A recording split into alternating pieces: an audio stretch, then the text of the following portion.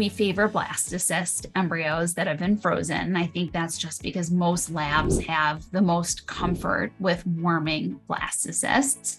Many cleavage stage embryos, which are frozen on day 3, don't do well when frozen and surviving the warming. And so I think most labs would feel much more comfortable warming a blastocyst. The difference in blastocyst expansion comes into play when we determine which embryos we're going to be selecting first for transfer. Assuming all of them are genetically normal or untested, my algorithm is to first look at that stage of development and select the embryo which had the energy and potential to develop to the furthest stage as possible in that given time frame.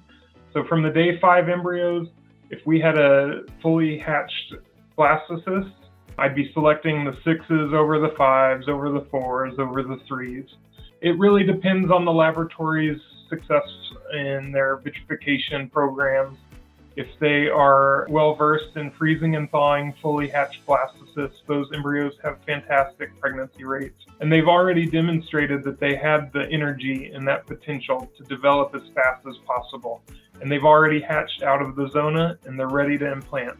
Preimplantation genetic testing, or PGT-A for aneuploidy, or for the correct number of chromosomes, is most highly indicated for patients who are 38 and older. And that's because the number of chromosome abnormalities markedly increases with advancing female age.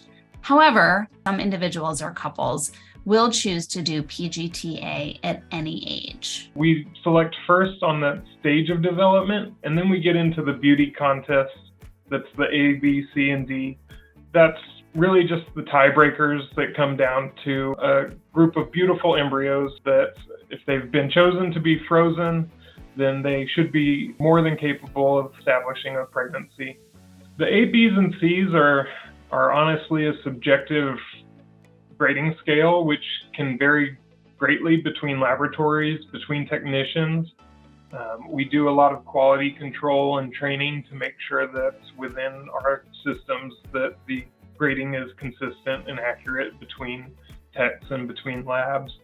But depending on their protocols, they could be grading nearly everything A, as in it's a beautiful embryo and it has an inner cell mass, a trophectoderm, it will have reproductive potential, and so we're going to be very optimistic. Other labs will call very few things A's and save that for textbook perfect and grade the majority of embryos as B's, saving C's to describe the borderline embryos.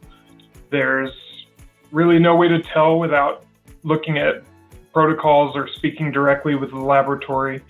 But in general, A's and B's should have very strong confidence, and C's comes down to that conversation with your laboratory.